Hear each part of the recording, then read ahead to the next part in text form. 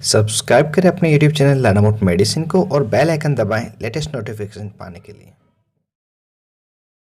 Welcome friends, सुस्वागतम दोस्तों।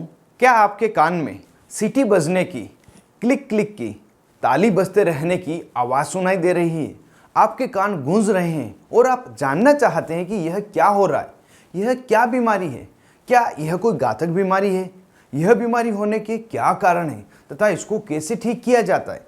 तो आप बिल्कुल ही सही वीडियो पाए, क्योंकि आज के इस वीडियो में हम इसी बीमारी के बारे में पूरी जानकारी जान रहे हैं, जिसे मेडिकल टर्मिनोलॉजी में टिनाइटिस कहते हैं और सामान्य बोलचाल की भाषा में इसे रिंगिंग इन ईयर्स कहा जाता है। इस बीमारी को आमतौर पर कान में बजने वाली आवाज़ के रूप में जाना जाता है, लेकिन कुछ लोगों को अन्य प्रकार की आवाज़ें सुनाई देती है। सर्वे के अनुसार यह अनुमान है कि 10 से 25% वयस्कों में यह समस्या होती है और बच्चों में भी टिनाइटिस की समस्या हो सकती है। बच्चों और वयस्कों के लिए टिनाइटिस समय के साथ ठीक हो जाता है या दूर हो जाता है, लेकिन कुछ मामलों में यह समय के साथ खराब भी हो जाता है।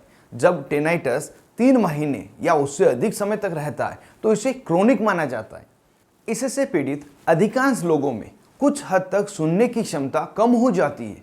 टिनाइटिस बहुत ही कम गंभीर चिकित्सा समस्या से जुड़ा होता है और आमतौर पर इतना गंभीर नहीं होता कि दैनिक जीवन में बाधा उत्पन्न करे। हालांकि कुछ लोगों को लगता है कि यह उनके मूड और सोने या ध्यान केंद्रित करने की उनकी क्षमता को प्रभावित करता है। गंभीर मामलों में टिनाइटिस एंजाइटी, स्ट्रेस तथा डिप्रेशन का भी कारण बन सकता है। टिनाइटिस बीमारी के लक्षण क्या है? तो इस बीमारी के लक्षण हर व्यक्ति में काफ़ी अलग अलग हो सकते हैं। आप एक कान में, दोनों कानों में और अपने सिर में काल्पनिक आवाज़ें ही सुन सकते हैं। यह काल्पनिक आवाज़ बज सकती है, भन भना सकती है, दहाड़ सकती है, सीटी बजा सकती है, गुनगुना सकती है, क्लिक कर सकती है, पुकार सकती है या चीख सकती है। आवाज़ धीमी या तेज हो सकती है और कम या ज़्यादा भी हो सकती है। यह आ और जा सकती है या हर समय मौजूद हो सकती है और यह सभी आवाज़ सिर्फ व्यक्ति परख ही होती है, मतलब सिर्फ आपको ही सुनाई देती है। बहुत ही रेयर केसेस में ये किसी अन्य व्यक्ति द्वारा भी महसूस की जाती है। टिनाइटिस बीमारी होने के क्या क्या कारण हैं?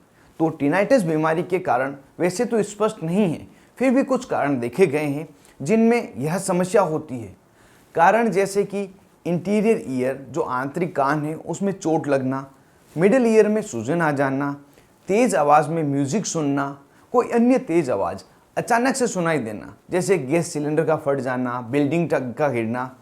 इसके अलावा लंबे समय तक हेडफोन या ईयरबड लगाकर तेज़ आवाज़ में म्यूजिक सुनना, कान में वैक्स का जमाव हो जाना, कान में हड्डी का बढ़ना, हाई ब्लड प्रेशर, कुछ बीमारियां जैसे कि ओटियोस्क्लेरोसिस, मिनरी डिजीज़, थायराइड डिजीज़ तथा कुछ मेडिसिन जैसे लार्ज डोज में एस्पिरिन का लेना, क्लोरोक्विन लेना, एंटी कैंसर मेडिसिन लेना, इनके कारण यह समस्या व्यक्ति में हो सकती है।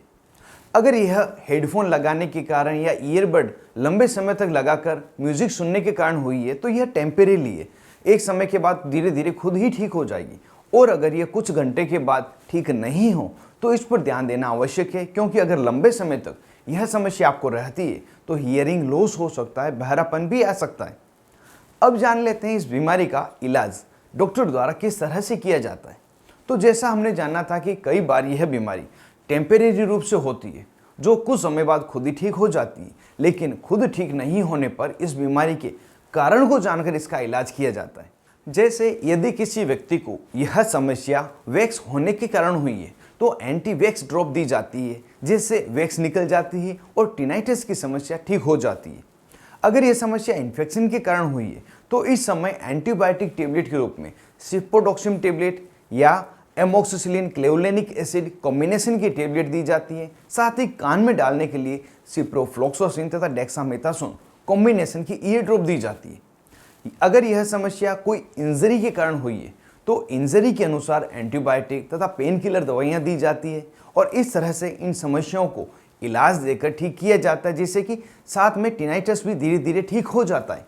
और अगर किसी अन्य कारण से यह बीमारी लंबे समय से हो रही है और धीरे धीरे बढ़ती हुई ज़्यादा हो गई है तो ऐसी स्थिति में वर्तमान में इस बीमारी का कोई भी इलाज नहीं है।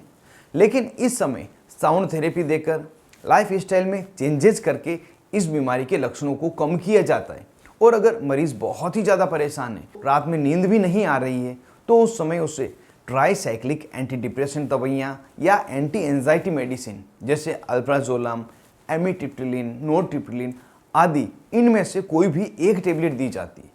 इस बीमारी के इलाज में आपने एक बात जरूर देखी होगी कि डॉक्टर विटामिन B12 की टेबलेट, मिथाइलकोबालामिन टेबलेट ज़्यादातर एडवाइज करते हैं।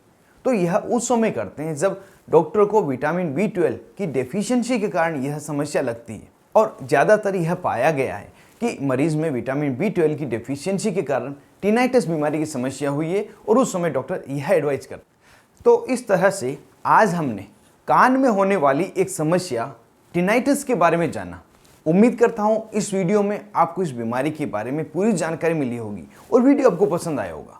यदि वीडियो आपको पसंद आया हो तो वीडियो को जरूर से लाइक करें और ज़्यादा से ज़्यादा इसको शेयर करें जो किसी और के भी काम आ सके। और अभी तक आपने अपने YouTube channel learn about medicine को सब्सक्राइब नहीं किया हो तो इस बटन को दबाकर सब्सक्राइब करें और जो पास में बेल आइकन आ रहा है इसे दबाएं और ऑल नोटिफिकेशन भी क्लिक करें, जिससे कि आने वाले वीडियो के सभी नोटिफिकेशन आप मिल सके और मेरे सभी वीडियो आप मुफ्त में देख सकें। आप थे अपने दोस्त मोहित दादिश के साथ देख रहे थे अपना YouTube channel learn about medicine. Thank you friends, take care and be careful about medicine uses.